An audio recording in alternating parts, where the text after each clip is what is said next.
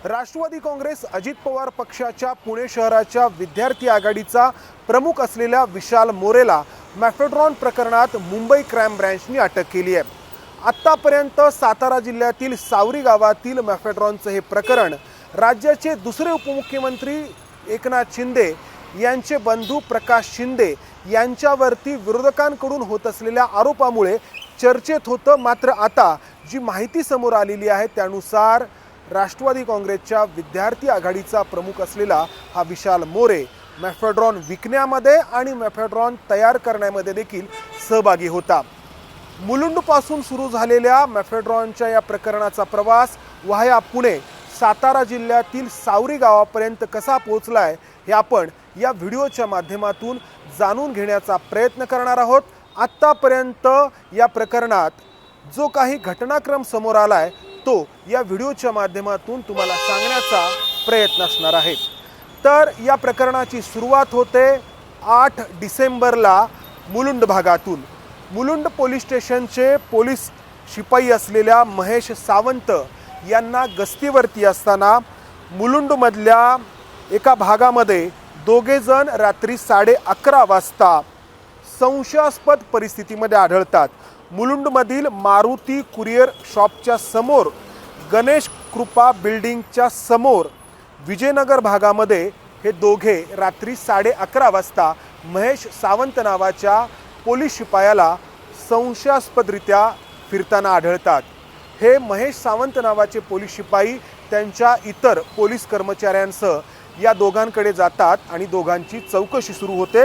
तेव्हा त्या दोघांचं नाव जे आहे ते सलीम अब्दुल हमीद शेख वय 32 आणि रईस रिया शेख वय 37 असल्याचं ते दोघे सांगतात। ते दोघेही मुंबईतील विक्रोळी भागातील राहणारे असतात। या दोघांपैकी सलीम अब्दुल हमीद शेख याच्या हातामध्ये नायलॉनची एक पिशवी असते। पोलीस ही नायलॉनची पिशवी उघडतात तेव्हा त्या पिशवीमध्ये त्यांना एक लिफाफा आढळून येतो।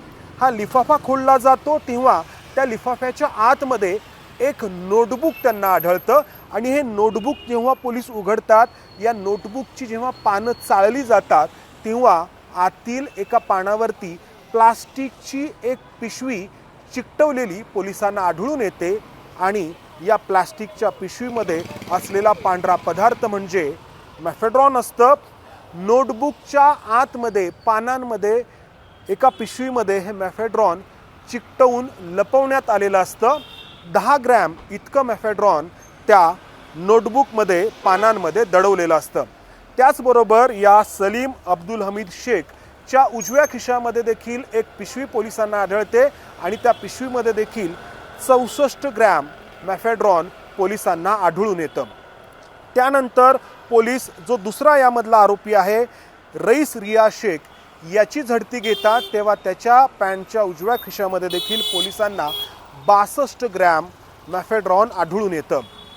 8 डिसेंबरला मध्यरात्री पोलिसांची ही कारवाई सुरू असते आणि मुलुंड भागातून या 2 ड्रग तस्करी करणाऱ्या दोघांना पोलीस अटक करतात। त्यानंतर या दोघांकडे चौकशी सुरू होते तेव्हा त्यांनी हे मॅफेड्रॉन पुण्यातील विशाल मोरे नावाच्या व्यक्तीकडून आणल्याचं ते सांगतात आणि त्यानंतर मुंबई पोलिसांचा तपास पुण्यामध्ये केंद्रित होतो। हा विशाल मोरे कोण आहे हे तोपर्यंत कोणालाही ठाऊक नसतं। मुंबई पोलीस त्याला पकडण्यासाठी सापळा लावतात आणि या विशाल मोरेला या 2 आरोपींच्या मार्फतच फोन केला जातो तो असा की आम्हाला आणखी मॅफेड्रॉन हवं आहे, तू ते आम्हाला पुरव। त्यानंतर हा विशाल मोरे मॅफेड्रॉन घेऊन पुणे मुंबई हायवेवरती असलेल्या हॉटेल टिपटॉपच्या परिसरामध्ये जातो आणि त्या ठिकाणी मॅफेड्रॉन विकताना मुंबई पोलिसांनी लावलेल्या सापळ्यामध्ये हा विशाल मोरे अलगदपणे अडकतो आणि त्याला मॅफेड्रॉनसह मुंबई पोलीस अटक करतात 13 डिसेंबरला। 8 डिसेंबरला या 2 आरोपींना अटक होते आणि त्यानंतर 13 डिसेंबरला या विशाल मोरेला रंगेहात पोलीस अटक करतात। या विशाल मोरेकडे चौकशी सुरू केल्यानंतर त्यांनी हे मॅफेड्रॉन सातारा जिल्ह्यातील सावरी गावामध्ये तयार केलं आहे असं तो सांगतो आणि त्यानंतर मुंबई पोलिसांचं ते पथक सावरी गावामध्ये पोहोचतं आणि सावरी गावामध्ये गुरांच्या गोठ्यासाठी उभारण्यात आलेल्या एका पत्र्याच्या शेडमध्ये मेफेड्रॉन तयार केलं जात असल्याचं पोलिसांना आढळतं आणि मुंबई पोलीस तिथून तिघांना अटक करतात, ज्यामध्ये एक आहे अब्बास सय्यद उर्फ सद्दाम वय 29, दुसरा आहे राजिकुल रहमान वय 30 आणि तिसरा आहे हाबिजुल इस्लाम वय 25.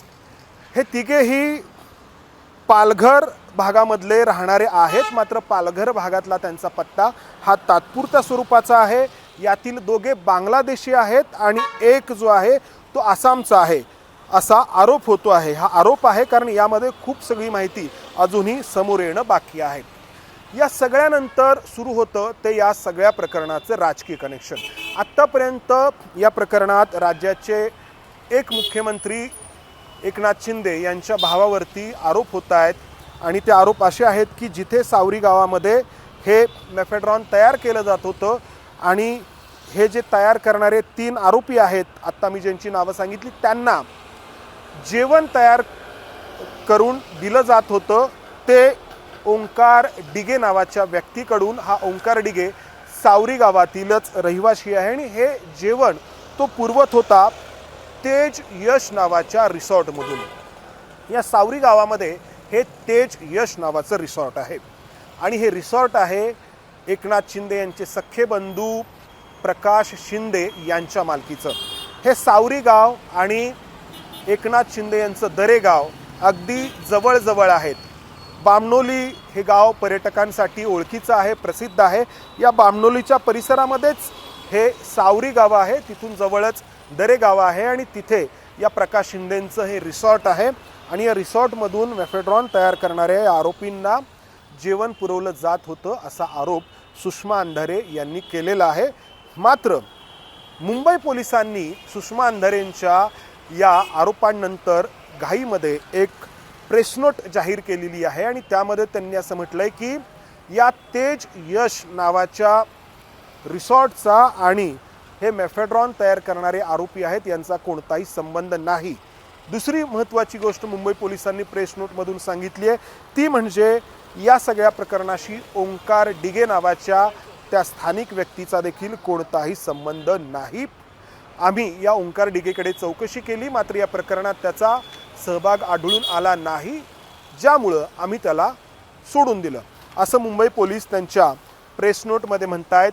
ही त्यांची प्रेस नोट आहे 17/12/2025ची, म्हणजे कालची, आणि ज्यामध्ये त्यांनी म्हटलं की ओंकार डिगेवरती आम्ही अटकेची कारवाई केलेली नाही. ठीक आहे. याच प्रेस नोटमध्ये मुंबई पोलीस असंही म्हणतायत की या प्रकरणातले जे इतर आरोपी आहेत यांची नावं आम्ही उघड करू शकत नाही, आत्ता उघड करू शकत नाही, कारण ती नावं जर उघड केली तर इतर आरोपी पळून जाऊ शकतात. पोलिसांचा तो अधिकार आहे कोणती माहिती कधी समोर ठेवण्याचा. मात्र यातून अनेक प्रश्न अनुत्तरित आहेत की मुंबई पोलीस जर म्हणतायत की या प्रकरणामध्ये ओंकार डिगेचा कोणताही संबंध नाही, तर सातारा पोलिसांकडून जी माहिती देण्यात आली आहे ती बरोबर याच्या नेमकी उलट का आहे. सातारा पोलिसांनी जी माहिती दिली आहे त्यानुसार हे जेवण तयार करणारे जे 3 आरोपी आहेत त्यांना जेवण, हे मेफेड्रॉन तयार करणारे जे आरोपी आहेत त्यांना जेवण हा ओंकार डिगे हाच पोच करत होता. ही झाली सातारा पोलिसांची माहिती. आणि दुसरी महत्त्वाची गोष्ट म्हणजे कुठले पश्चिम बंगाल किंवा बांगलादेशचे किंवा आसामचे हे 3 आरोपी सावरीसारख्या इतक्या दुर्गम भागामध्ये जाऊन मेफेड्रॉन तयार करत असतील तर अर्थातच त्यांना कोणाचा तरी पाठिंबा असणार. स्वतःहून इतक्या रिमोट एरियामध्ये जाऊन ते मेफेड्रॉन तयार करणार नाहीत. मग यांना, या 3 आरोपींना सावरी गावामध्ये कोण घेऊन गेलं, या प्रश्नाचं उत्तर मुंबई पोलिसांनी द्यायचं आहे. अजून त्यांनी ते दिलेलं नाही. त्यानंतर या सगळ्या प्रकरणातला शेवटचा महत्त्वाचा अँगल तो म्हणजे विशाल मोरे. हा विशाल मोरे सुरुवातीला जसं म्हटलं राष्ट्रवादी काँग्रेस अजित पवार पक्षाच्या पुणे शहराच्या विद्यार्थी आघाडीचा प्रमुख आहे आणि ही त्याची नियुक्ती 3 डिसेंबरलाच करण्यात आलेली आहे. या नियुक्तीचं देखील हे पत्र आहे, ज्या पत्रामध्ये या विशाल मोरेची विद्यार्थी सेलचा प्रमुख म्हणून नियुक्ती केल्याचं नमूद आहे. 3 डिसेंबरला त्याची ही नियुक्ती आहे आणि 13 डिसेंबरला म्हणजे अवघ्या 10 दिवसांमध्येच मुंबई क्राईम ब्रँचकडून या विशाल मोरेला अटक करण्यात आली आहे. विशाल मोरेचा मोबाईल बंद आहे, अर्थात तो पोलिसांच्या अटकेमध्ये आहे. पुण्यातील कॅम्प भागातील तो राहणारा आहे आणि विद्यार्थी सेलच्या माध्यमातून एका राजकीय पक्षाचा पदाधिकारी म्हणून तो सार्वजनिक जीवनामध्ये वावरत होता. मात्र प्रत्यक्षात तो नशेचा बाजार करत होता हे आता उघड झालंय. एखाद्या प्रमुख राजकीय पक्षाचा पदाधिकारी असलेला व्यक्ती थेट अंमली पदार्थ तयार करण्यामध्ये आणि त्यांची विक्री करण्यामध्ये पकडला जाण्याची कदाचित ही पहिलीच वेळ असेल. मात्र पहिली की दुसरी याच्याशी जास्त आपल्याला लक्ष देण्याचं कारण नाही. मात्र नशेचा हा विळखा, त्या नशेच्या बाजारातून जो इझी मनी मिळतो, पटकन जे पैसे मिळतात, त्याचा हव्यास कुठंपर्यंत पोचला आहे हे आपल्याला यातून दिसून येतं आहे. राजकीय व्यक्ती, सार्वजनिक जीवनात वावरणाऱ्या व्यक्ती देखील या मॅफेड्रॉनच्या तयार करण्यामध्ये आणि त्यांची विक्री करण्यामध्ये सहभागी असल्याचं या प्रकरणातून समोर आलं आहे आणि हे अतिशय गंभीर आहे, भयसूचक आहे. कॅमेरामन विजय राऊतसह मी इथेच थांबतो. धन्यवाद. एबीपी माझा, उघडा डोळे बघा नीट.